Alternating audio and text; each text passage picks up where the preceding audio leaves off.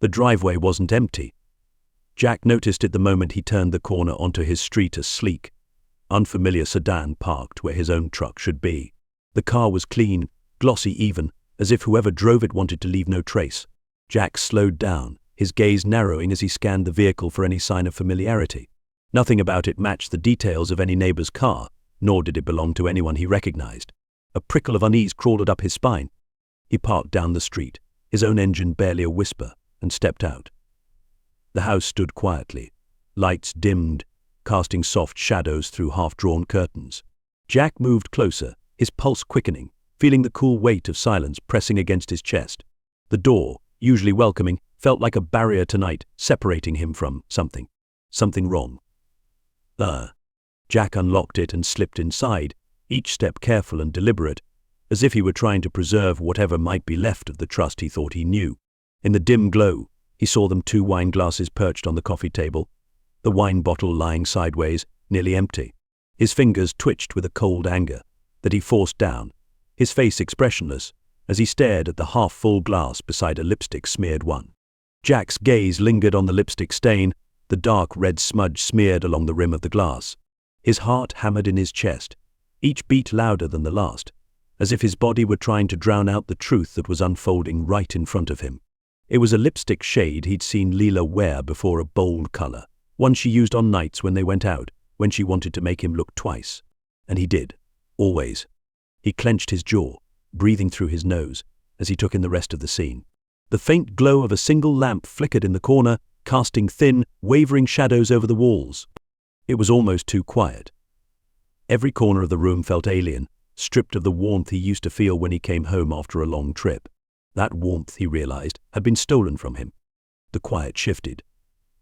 From somewhere deeper in the house, he heard a low murmur, voices muffled by the walls. It was just barely audible, a laugh, soft and intimate, followed by Lila's voice in a hushed tone, a tone he hadn't heard from her in a long time. Jack's fist tightened, the realization slamming into him with brutal force. The lingering affection in her voice wasn't for him. He took a step forward, his boot landing heavily on the floor. A creak echoed, louder than he intended, snapping through the silence and stirring the tension in the air. The murmur of voices stopped abruptly, and he heard a soft shuffling, a hurried adjustment. His hands were shaking, a barely contained fury boiling within him, but he forced himself to stay calm, to think. Not yet. He wouldn't confront them with blind rage. He'd confront them with the cold clarity of a man who'd been betrayed. After a few seconds of stillness, Jack moved through the hallway, each step feeling heavier than the last, until he finally reached the doorway. The light from the bedroom bled through the crack in the door, casting a thin line across his feet. The quiet had returned, but he knew they were just on the other side, waiting, anticipating his next move. Did they know he was here? Did Lila, even for a second, expect that he'd walk through that door and find her like this? He pushed the door open, slow and silent, but his entrance was unmistakable. Lila turned, frozen in place, her face painted in the pale light. She didn't look shocked, didn't scramble to pull herself together or offer excuses. Instead, she stood there, the barest hint of a smirk on her lips, and behind her, a stranger, a man who looked as surprised as he was caught, but only for a moment. The man's face hardened, as if he had nothing to fear from Jack. "Jack," Leela said, her voice cool and calm. She held his gaze, unflinching, like she'd expected this day to come, as if she'd already made her peace with it. "You're home early." The words dripped with indifference, an indifference that sliced deeper than any excuse or denial. Jack felt something inside him shatter, the bitterness flooding in with a cold rush. Lila wasn't apologizing, wasn't pleading or scrambling to cover her betrayal. She was looking at him like he was the one intruding. Jack held her gaze, feeling a chill seep into his bones. He'd come prepared for shock, maybe even for Leela's tearful apologies or excuses, but not for this, for the cold, unapologetic disdain in her eyes. Her lover, standing behind her, shifted, his posture defiant, as though he were daring Jack to make the next move. The man didn't look away, his presence a silent, smug declaration that he belonged here just as much as Jack. "What's going on?" Jack's voice was low, cold, but steady. He didn't want to give her the satisfaction of seeing him unravel. He wanted answers. Lila's lips twisted into a slight smile, one that held neither regret nor remorse. "What does it look like?" she asked, her tone casual, almost bored. She took a small step back toward the man, her body language speaking louder than any confession. It was as if she were already aligning herself with him, distancing herself from the marriage she was so blatantly discarding. Jack's chest tightened, fury simmering beneath his composure. He took a slow breath, his gaze shifting between them. The man, unfamiliar, tall, with an arrogance in his stance, watched Jack with an expression that bordered on amusement, as if this whole situation were nothing more than an inconvenience. Jack's hands clenched, but he forced them to his sides. "So, this is what you wanted?" he asked, his voice thick with bitterness. "To toss everything away for him?" Lila shrugged, a flicker of irritation crossing her face. "Don't make it sound so tragic, Jack. You were the one always gone, always putting work before us. I was lonely. I found someone who actually makes me feel like I matter." The words hit Jack like a punch, but he held his ground, swallowing the hurt and letting the anger rise instead. "So that's it? You just what? You replace me the minute I walk out the door?" "It's not that simple," she replied, though there was nothing complicated about the coldness in her voice. "You didn't see it coming, did you?" she added, with a faint, mocking smile. "You were so wrapped up in your work, in your responsibilities. I tried to tell you, but you were always too busy." Jack laughed bitterly. "And this is your way of getting my attention?" He gestured at the wine glasses, at the stranger in his bedroom, the life they built reduced to scattered, careless remnants on the coffee table. "Inviting another man into our home, our bed?" Lila's eyes gleamed with something dangerously close to satisfaction. "He listens. He makes me feel things I thought I'd lost a long time ago." Her voice was soft, each word deliberate, aimed to wound, and Jack felt them sink deep. Her indifference was like ice, freezing any last remnants of warmth he had left for her. Jack's jaw clenched as he took in her words. Any trace of the woman he'd once loved was gone, replaced by this stranger who stood before him, hardened and unrepentant. He didn't recognize her anymore, didn't recognize the life they'd built, now fractured and unfixable. With a final look, Jack straightened, his voice colder than he'd ever heard it. "You'll regret this, Lila," he said, each word steady and calm, his anger held tight, controlled. "You think you know what you want, but you don't know what you've lost." Lila tilted her head, a hint of that smirk resurfacing, as though she found his words quaint, almost laughable. But Jack saw something else there, a flicker of doubt, barely perceptible, like a shadow crossing her face. He turned and walked out of the room, leaving the silence behind him as he closed the door.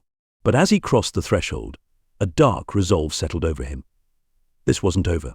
Jack descended the stairs slowly, each step echoing louder in his ears than the last. The house felt hollow, the warmth and familiarity replaced by a bleak emptiness. It was as though everything he'd known, everything he'd loved, had evaporated in an instant, leaving only fragments of a life he no longer recognized. He clenched his fists, feeling the edges of his resolve harden. This was no longer a home. It was just a house, a shell that had once held meaning but now held nothing but betrayal. In the living room, Jack stopped by the coffee table, staring down at the wine bottle and glasses.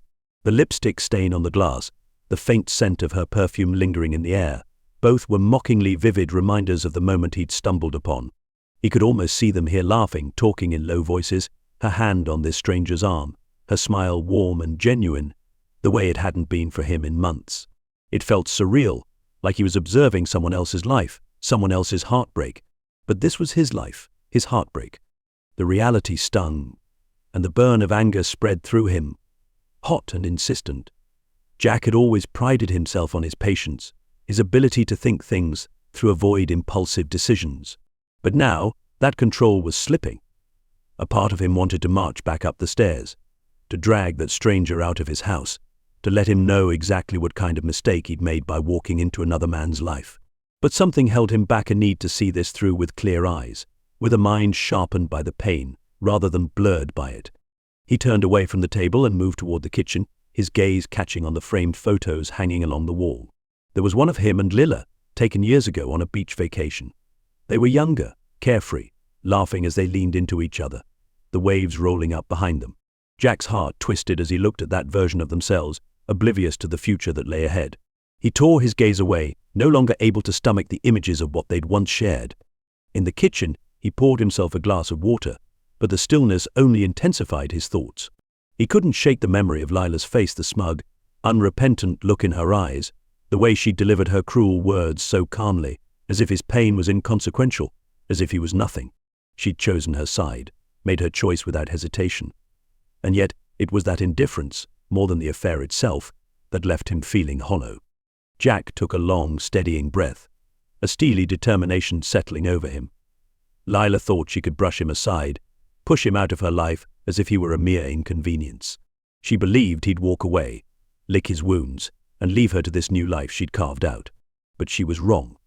He set the glass down with quiet finality and strode to the hallway, glancing back only once at the dim, silent living room. This wasn't the end.